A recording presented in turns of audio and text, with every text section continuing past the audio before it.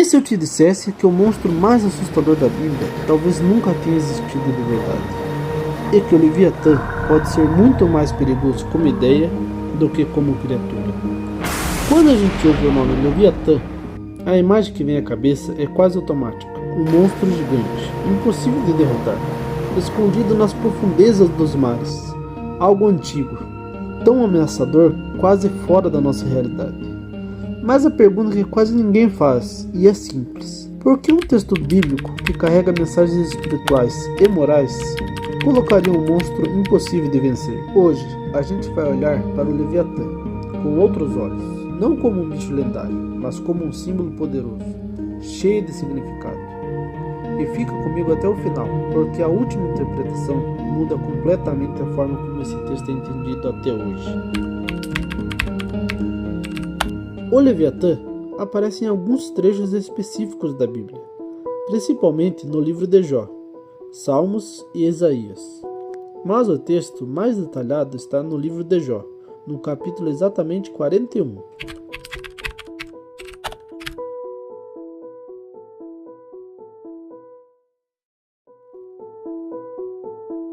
Ali, a descrição é quase cinematográfica. Uma criatura gigantesca e impossível de capturar, com uma força descomunal que nenhum humano consegue enfrentar ou atravessar sua pele. Nada a intimida. Ela lembra, por sinal, muito a Jormungandr do God of War, né? Mas tem um detalhe muito importante aqui. Esse texto não é escrito como um relato histórico. Ele é poético, cheio de metáforas, exageros e imagens fortes. E em nenhum momento na Bíblia alguém diz que alguém viu o Leviatã pessoalmente. Ele surge como uma parte de um discurso, quase como um exemplo. Isso já levanta uma suspeita muito importante. Talvez o objetivo do texto não seja nos apresentar um animal, mas nos ensinar algo. Durante séculos, muita gente tentou explicar o Leviatã de forma literal. Alguns dizem que era um crocodilo gigante, outros falavam que era uma serpente marinha. Tem até quem acreditava que fosse um animal pré-histórico. Porém, o problema é que nenhuma dessas explicações consegue se sustentar por muito tempo. Nenhum animal conhecido gospe fogo. Nenhum é descrito como totalmente invencível. E nenhum carrega esse peso simbólico tão forte. E talvez seja esse o ponto. O texto não parece preocupado em explicar o que o Leviatã é fisicamente. Ele quer mostrar o impacto que essa figura causa em cada pessoa. O medo, a impotência e o limite do ser humano. Na antiguidade, especialmente nas culturas do Oriente Médio, o mar não era visto como algo bonito ou relaxante. O mar representava literalmente o caos, o desconhecido, o perigo. Tudo que vinha do mar era algo imprevisível e misterioso.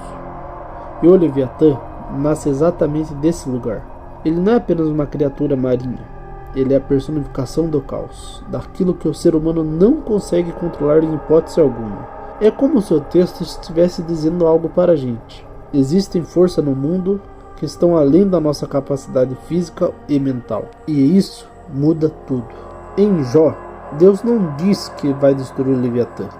Ele faz uma pergunta bem simples: você consegue dominá-lo? E a resposta é muito óbvia, né? Não. A mensagem aqui não é medo. É humildade.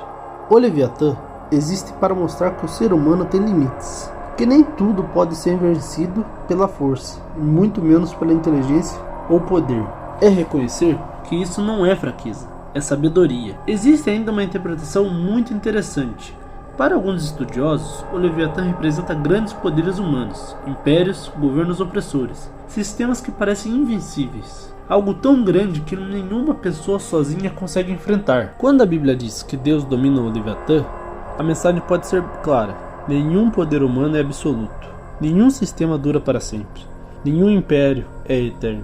E se essa leitura faz sentido para você, já deixa um like no vídeo, porque isso ajuda muito o nosso conteúdo a chegar em mais pessoas e ajuda a crescer aos poucos o nosso canal. É pequeno ainda, mas logo logo vai se tornar gigante. Agora vem talvez a interpretação mais pessoal de todas. O Leviatã também pode ser interno.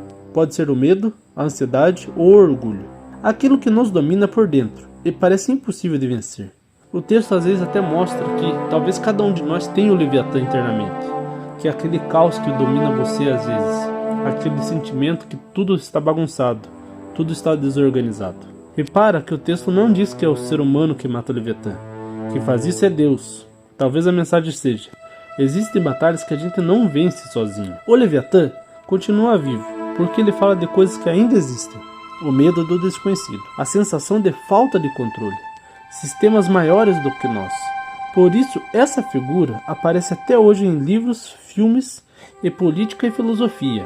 O monstro muda de forma, mas a ideia central continua sempre a mesma. Então, o Leviatã existiu, talvez não como um monstro gigante escondido no mar, mas como um símbolo, e ele existe até hoje. Ele vive no caos, nos medos e nos sistemas, e dentro de nós.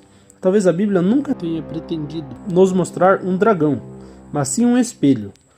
Se você gosta desse tipo de conteúdo, se inscreve no canal, que aqui a gente sempre vai além da superfície das histórias.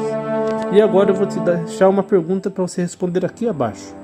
Qual é o Leviatã que a humanidade ainda não conseguiu enfrentar? Qual é o Leviatã que você enfrenta a cada dia? Se você gostou desse vídeo, deixa o like e compartilha, que isso ajuda muito o nosso canal a crescer. Fui!